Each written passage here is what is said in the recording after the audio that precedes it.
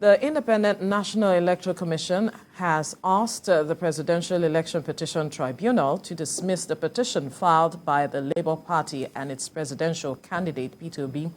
The Commission said the relief sought by Mr. Obi and his party are not grantable, and therefore prayed to the court to either dismiss or strike out the petition for being grossly incompetent, abusive, vague, and ambiguous.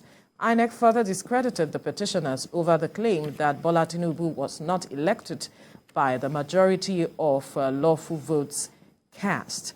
Joining us in the studio is a lawyer and social development advocate, Olutobosun Oshifowora. Good morning. Thank you for joining us on TVC Breakfast. It's a pleasure to be here. Now, INEC is saying, just to read it out again, that the petition brought before it by the Labour Party is being grossly incompetent, abusive, vague, and ambiguous, and that the Commission should strike out the petition, so to speak, or the courts should strike that out. I wonder what your interpretation of what INEC is saying is. I think before we go, one needs to clear the air, because yesterday, after the INEC counter petition was brought in, I went on social media and I saw a lot of things, and people were like, INEC was siding with a candidate. And I'm like, that. In fact, I saw one that said, was INEC on inside this thing? And I was like, wow. One, INEC is a party here. INEC was sued.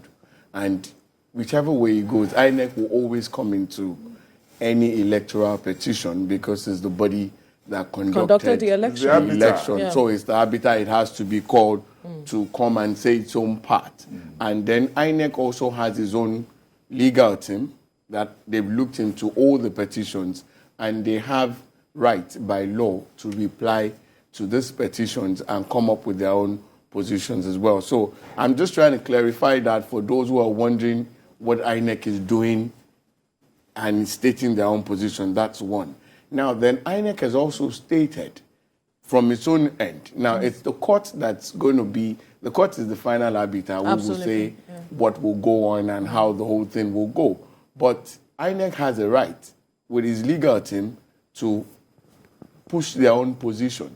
And what they have stated basically is that this petition from the petitioner lacks merit by their own record. Before you go to where they said that, what does that say about the level of education of our young people, that they do not understand that INEC has a role?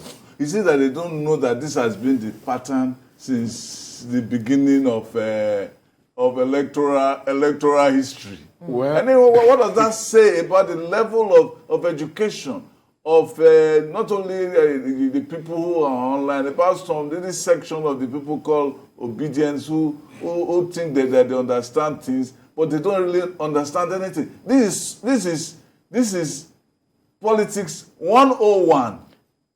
So let me make a case for them. Right. A lot of what I found out about young people is they have been very passive with elections and electoral processes.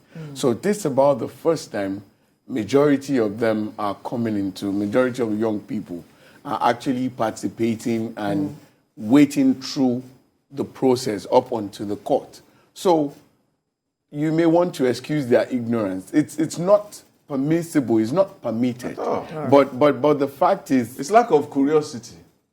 Maybe lack of comprehension of how the process works. So perhaps we need to educate people first on how this works. Very much. Then we go to the technicalities. Very much. Because I saw a tweet. In fact, this went viral and had a lot of retweets where someone said that the INEC said Asiwaju has 25% in 29 states. Atiku had in 24 states. No, less than 24. Less than 24. And, you know, at the end of the day, the guy just put it forward and said, that's about 69 states. He was just counting. I'm serious. If they don't understand this, they don't even understand arithmetic, not mathematics. So that's why you find out that when you see a lot of agitation without substance, you know, it's all puffs. really understand the game and how, in fact, the rules. It's the level of education. So it's sad. It's very sad because you expect at their age. How old is Rishi Sunak? That he's the prime minister of the first world, right? And you have people here because disobedience are not really in their 20s. There are people well over 40, over 50, and then you see some level of argument they push forward, and even whilst you're trying to correct them, you know, they just go all out on you. And I mean, you saw the fallout with Soyinka and everything, and I'm like, wow, if you could drag Soyinka like this, then I think there need to be some reorientation, political reorientation, all kinds of reorientation for our young people, because really, this is not the way to go about life. If you have to do orientation, what orientation will you give the older ones who are already past 60? What orientation? The so-called intelligentsia. The SANs, the professors, the retired palm sex and retired politicians who are still thinking like the juveniles. It's rather unfortunate, but I think we just need to move. So to break it down by way of education, how does it work? When matters are taken to the appeal court, talking about the Election Petition Tribunal, how it works in terms of educating people. All right, so how it works basically is at the level of presidential election, the tribunal is set up, but it's like at the appeal level. Yeah. Now, so after that, the next you take it to the Supreme Court. But if you look at all the other ones, like the ones at the state level, what you have is you go from, I mean, we even have a case in hand where I think the Oshun case, you know, you start at the tribunal, then you go on appeal, then you go all the way to the Supreme Court. But from this one, they move straight. It's not like, you know, like, anyway. But now what I'm trying to say is that people should understand that, one, INEC is a party in this. INEC is... It's a party, not like political party. No, not a political party, but INEC is one of the parties in this matter, all right? And then INEC has to also get his own lawyers. INEC will come up with his own position, all right, because INEC has been sued. And INEC has a right of reply in this. So that's how it works. That's how these cases move. So then when INEC brings his own, then there are days, I mean, by the electoral laws, by the current electoral laws, in fact, all the electoral laws, it gives you a number of days with which you can file. Then also, you can also bring your counter petition, and which we have seen. But if you look at what the APC has done, apart from filing a counter, what they've done is to file a preliminary objection, which has gone on to look at even the person of the candidate of the Labour Party, who they say that by the provisions of the electoral laws, a candidate must be in the party's list at a certain period of time, 30 days before. I mean, when the list is brought out, you have to be a member of the party.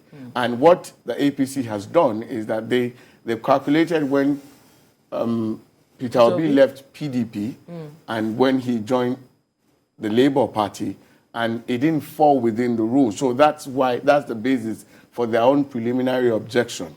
Now, one of the things we also need to understand is that each party, each candidate has a right to reply and counter-reply as it stands. Now, but the thing is this, it is the court that will determine, based on the law and based on judicial precedents, how the whole thing will go. So whatever has been filed by any party is not final, because I've seen people drawing daggers and saying this and that. Nothing has happened yet. We're still at the preliminary stages. So we'll wait on the court for the pronouncement, then we move on from there. That's right. Now, it's interesting. Can you break down what INEC is saying about Labour Party's petition? All right. Basically, what INEC has said is that Section 77, subsection 3 of the Electoral Act 2022 says that the second petitioner is mandated to have submitted the comprehensive, that the second petitioner is the party. The Labour Party is to have submitted a comprehensive register of members to the first respondent. The first respondent is INEC. Now, so normally you have minimum of 30 days within which you submit. I mean, within which you submit your list to INEC. Right. Now, so what the legal team of INEC has put forward here is that Obi didn't join within the required specified time. Didn't join where? He didn't join Labour Party. Right. Okay. Yes, and that when the list was submitted, there was some like backdoor maneuvering. Kind of, he was brought in even when lists should have been submitted. So he didn't meet the point where the list should have been submitted to INEC.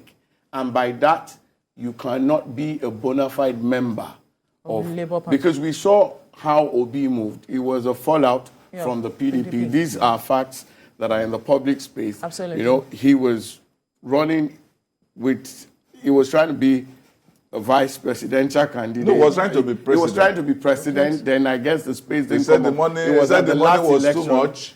He said the money they said they should pay for the ticket was too much. He said it was we won't pay.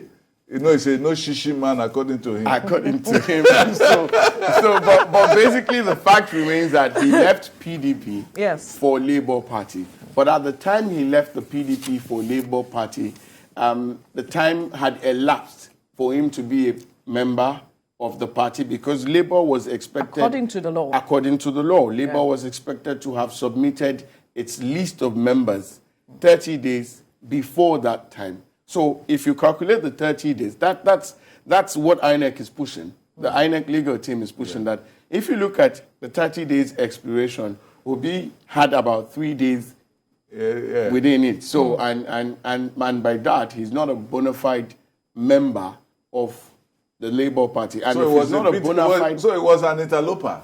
It was a PDP man running on the platform of Labour. So if it's electoral theft.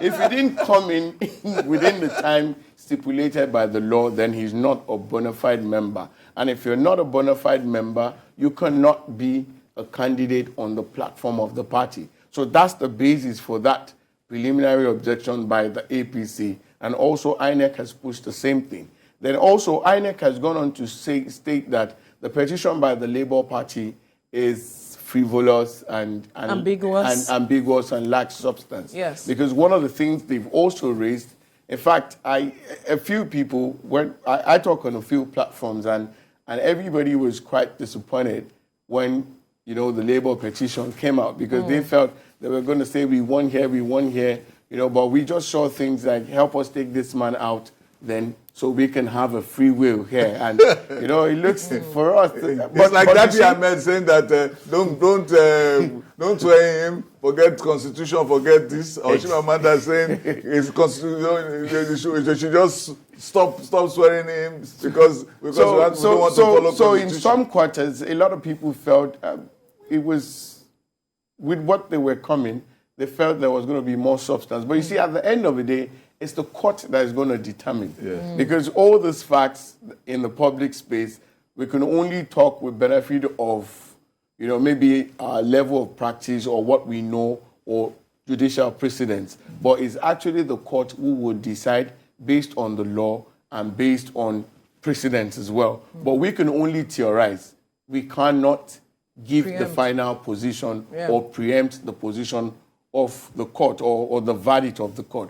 But from what we have seen also, we've seen a lot of petitions, so a lot of people have participated in, you know, a lot of petitions as well at the highest level. So it's not far-fetched to say, I mean, you can also permutate and say, with this, with what you've put forward, this may not likely go, you know, the way you think it will go. This is not likely to give you the mandate which you think you're seeking. Yeah. So that's my own position on it. Because from this also, one of the things raised by the Labour Party in their petition was the issue of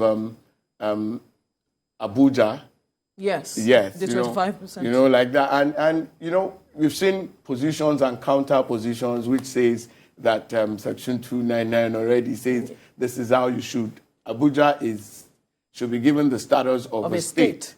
Now, so by implication, it gives us 37 states. Yes. All right. So, and that what some have said in some quarters is that if you're pushing that somebody should get 25% of Abuja alone, you are conferring a status which the Constitution hasn't given to Abuja. Abuja is supposed to be a state, so it forms 37.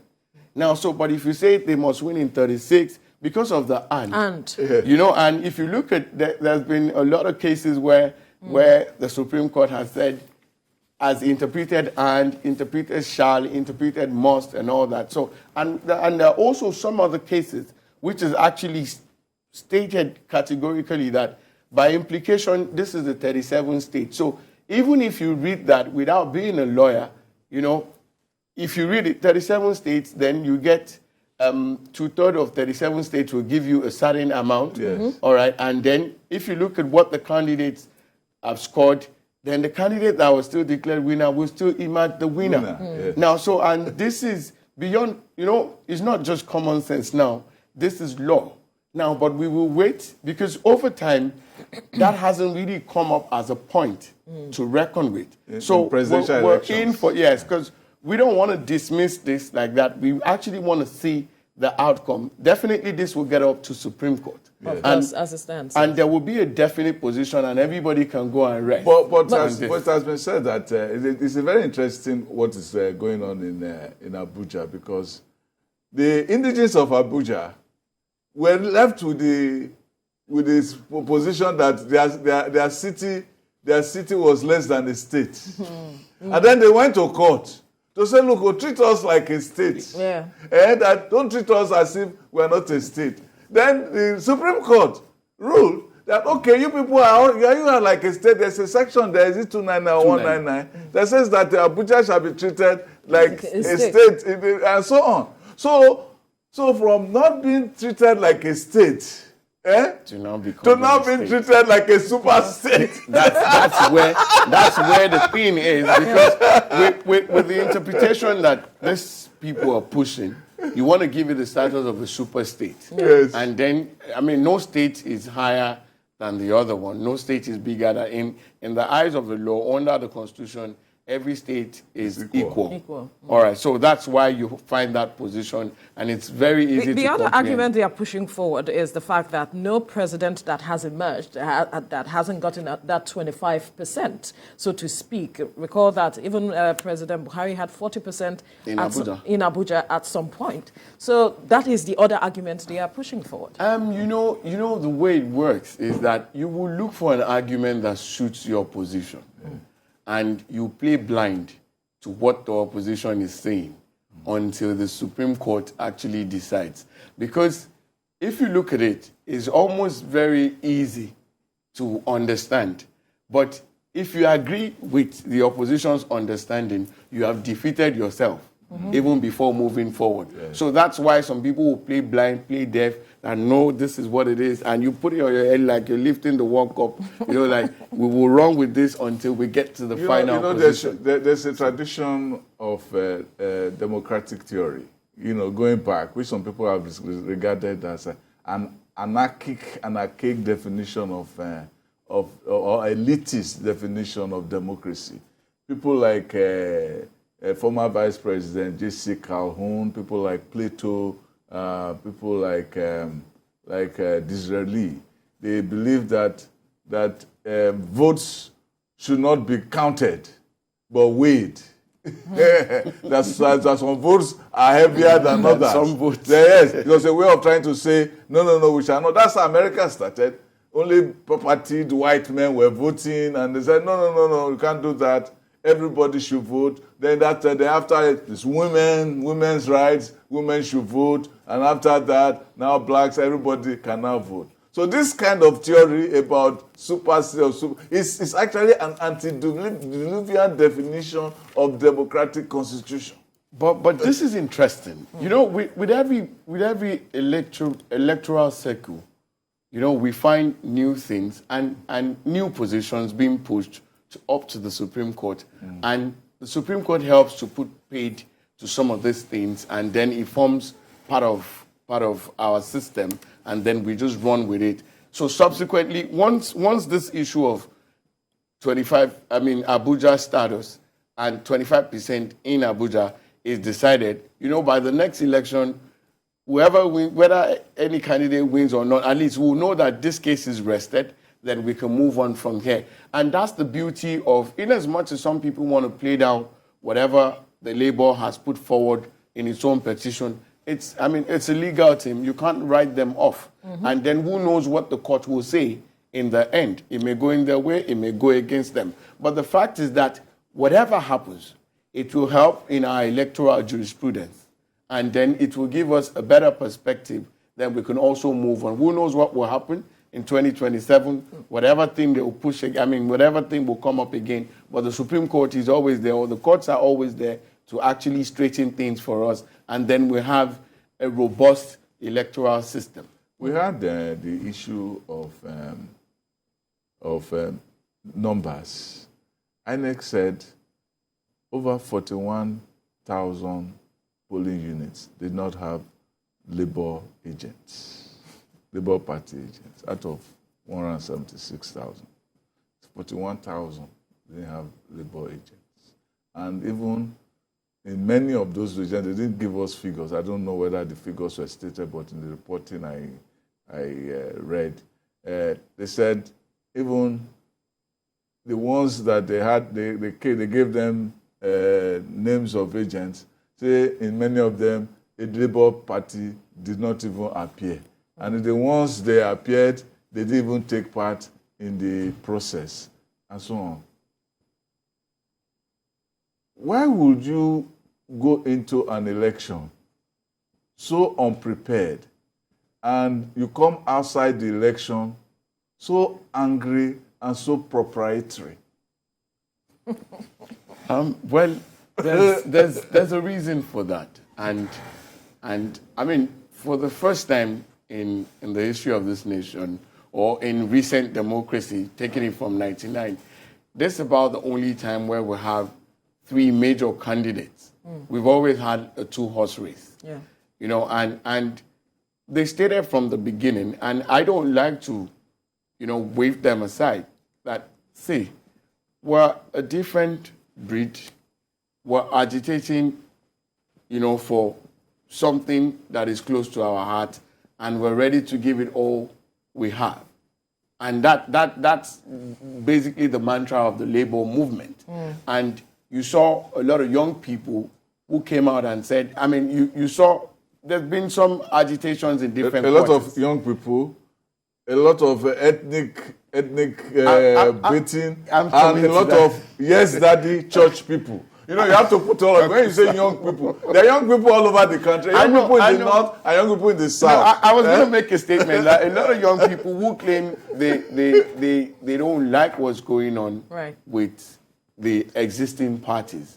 And they found a ventilation in the Labour movement, particularly in the candidate of the Labour Party for the presidential election. In fact, if you look at it, they were not particularly interested in the other elections. They just wanted the presidential election and they had their own candidate. And you cannot just wave them aside. Unfortunately, like I said earlier, a lot of those people, majority or a larger percentage of those in that movement were new to the process. So you can excuse their mannerism and a lot of gaffes that they put forward. Though we will not, you don't have to sanction what they have done because some have gone overboard. Now, but you can excuse them on the platform that they're coming in newly, they don't know how the system works. I think by the time they come again and they put on the same attitude, then you know that, okay, there's something intrinsically wrong with your understanding and comprehension of this system. Because, we just said earlier that how can someone say that from saying three candidates scored 25% in 21, 24, and 29 states, you're totaling everything to 65. It doesn't make any sense. In which country? It doesn't show that person knows. And then it's not the statement that is the problem. People retweeting the thing. So it shows we are aligning with... Is deliberate mischief or crass ignorance? I choose not to see it as mischief. I chose to see it as the height of ignorance. Like, how dumb can dumb be if you come up with that kind of thing? In a public space, it's not supposed to be. So that's why I feel that they can be excused, and then let's see what goes on. Then I think also with the position of the Supreme Court, everything will calm down. Because for Hopefully. now, everybody... Hopefully, because as it's looking, it's like they are not ready to calm down. Calling in other governments of other countries into the situation in the country. That shows the lack of understanding of how the process works. Some of these people are not children. When the young lady, I call her young lady, middle age, who wrote a letter to Biden. She wrote a letter to Biden. She's not a baby. There's a saying. She's not a baby.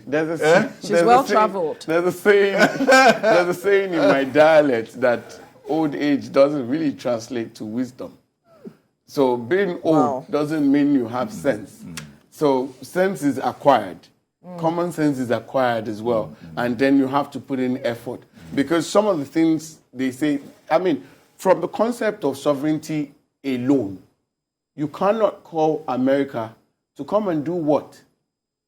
Change your president or put in... It doesn't add up. Even those who were calling for interim government. What's the basis? So I think they just the ones who are older picked a few things. There's something called residual knowledge. Maybe some things you've had in the past. They've had interim, maybe in the days of Shuneko, and they didn't even know how that came about. So they just, okay, we don't want this, let this come in, without knowing how the law works, how the Constitution works. Because whether you like it or not, a president has been validly elected. And everything must take its course. So because the supporters of that one are not talking, you think you're the only one. The only one and no, it doesn't work like that. Because you make noise. It doesn't work like that. Like the politician, the American politician who says, well, there's a lot of noise, but they are not where the people live. I said it in one occasion. I said, look, the Southwest is quiet. The North is quiet. Much of the North Central is quiet. The North. The North has been talking about governorship elections. They've not been talking about presidential elections. They've not been making noise about presidential. They've been talking about their own local elections. Yes, we've seen some groups come out to say that all the statements about interim government and all of it, there are those who have insisted that May the 29th, Tinubu must be, sworn in. So yes, that's what they are saying. But I'm telling you that people making noise against the election. It has been quiet in the Southwest, quiet in the North, quiet in the North Central. But we know where the noise is coming from. So they can't conflate their own rage to be a universal rage. That is the problem. Right. That is the issue. The other point I wanted to make was that why can they not learn even from the United States? If anybody followed what happened last week in Tennessee, where some legislators ganged up against two black men and expelled them from the... What happened? The same system. They didn't go to the street to start breaking bottles or do anything. They went back to their constituencies, and the constituencies reappointed them into the legislature pending a fresh election. That is the reflex of a democratic society. Right. So these people don't even understand. You're talking about them who can't understand the meaning of 12 to 25%. They don't even know the meaning of fascism. When Shoyinka used the word fascistic, they don't even know the meaning of fascism. They think fascism only means that one institution will just come and say take over. They don't know the meaning of fascism. Fascism, you know that when you are trolling people, they don't know that it's fascistic. When it is us against them and destroy them, we don't listen to them, that is fascistic. They don't understand the fascism. No matter how much they have read, how many books they have written, they don't understand it. The statement was made in context. The statement by Shoyinka was made in context. I saw the interview. Yeah. And then, they went digging things, and some went as far as saying that they will write the Nobel laureate Nobel committee to withdraw. I looked up the age of some of those people. They didn't even know that this man got this thing in 1986. Some of them were not even born. And I'm like, why don't you just take time when you're blamed for something, don't close your mind. Yeah. Look at where this thing affects you. Look at where you've gone wrong. Then go through the proper process, not trying to bully and troll people unnecessarily. Because I think it's a new culture now that is emerging. Yes. This trolling thing. It started a few years back, a few banters here and there, and now it's taking a different dimension. And if nothing is done, we may have a crisis on our hand, because for all you care, some people might just sit down somewhere, feel they can gather, numbers. October last year, when they started using their fascistic attitude towards me, people thought it was plaything. And now we are seeing it. They have come out in true colors, and they are coming out in true colors. Not only those not only the small boys on the street, but even the intelligentsia. They are supposedly intelligent people have now joined the mob. Like Trump. Intelligent people supported Trump. Church leaders were praying, calling for angels from Africa to come and save Paula White. But really, we must talk about the danger this kind of narrative that we're seeing pose to our democracy and the society at large. Because we're talking about reorientation earlier on. How do we address that? I think the reorientation has to start from schools. It just shows a large detachment of people from the knowledge of our electoral system. Some people just feel it's law, it's English, the Constitution is written in English. No. Some of those things, I'm not very aware of the curriculum at the primary school level, but I've seen documentaries about countries where they actually teach kids how election works, and they inculcate the same thing into their system and make them go through. We grew up in a system where they just appoint prefects. But now, I think they have to start from that level. Learn to make children vote, then let them know that votes count, and then also teach them that when you contest, somebody will win, somebody will lose. Then there will be another time, because I think I've been on this program, you asked me the question before that, how do we teach people that elections too come with losses? Yeah. Because what we have seen here is that some are not taking kindly to the loss. There were a number of presidential candidates. It's obvious one was going to emerge. Yeah. Absolutely. And not all of them. So once one emerges, the rest are taking heads. They've lost the election. So you have to deal with the loss. And how do you deal with it? You don't have to sulk. You don't have to fight. There's a court. The court is a part of the system. Then whatever the court says you get, then you accept it and move on. Then also there is time. You can always come out another time. We've had all the stories of Lincolns and everything. You hear those stories, they sound nice. Now, do the Lincoln, you don't want to do it. Now, explain the Lincoln thing, because some of them don't even understand. They don't even know the word. They don't even know the name Lincoln. Abraham Lincoln that lost the election and kept coming back until he won. Yes. Now, so for me, I think also television stations, radio stations, and then other agencies of government, they need to really put these things forward and tell people, because right now we've seen the depth of ignorance is abysmal, and we need to actually bring in these things and let people know that you have to just teach people how these things work. Because I feel ignorance is largely responsible for some of these things. They just feel we have the numbers, we can make the noise. The politics is not about noise. It's about numbers. It's about numbers. You talked about sulking. I remember, I don't know if people saw it in social media. Before the election was over, one young lady who was crying. Yeah, God should not allow Tinubu to win this election. If Tinubu wins this election, I will not go to church again. I will not go to church. I will not serve God again. Who cares whether you serve God or not? You don't even know Tinubu. What did Tinubu do to you? That if he doesn't serve, you won't serve God in it. Why is it that anybody's ambition to stand between you and your God? It's unfortunate. I saw a lot of that, and unfortunately, God doesn't get into politics. Some ordinary football, you see two teams, they pray. who will God answer? What's the point? So God will hear one and God will come partial to... It's funny enough, these things, it's a case of planning. I remember growing up, my dad used to tell me that politics are won and lost at the planning stage. It's not on that day that, in fact, there are some instances where you know that the day of the polls, some people can tell you we have won, and some can tell you we have lost from what they've seen. Because so these are part of the things we have to push forward to the younger generation and to the older ones who are just coming in to, the system, or who don't understand the system. We have to find a way also to pass across all these messages. I am hoping that the party is learning its lessons such that it can put its house in order, because their emergence is helping our democracy, like we mentioned earlier. But as it stands, I don't know.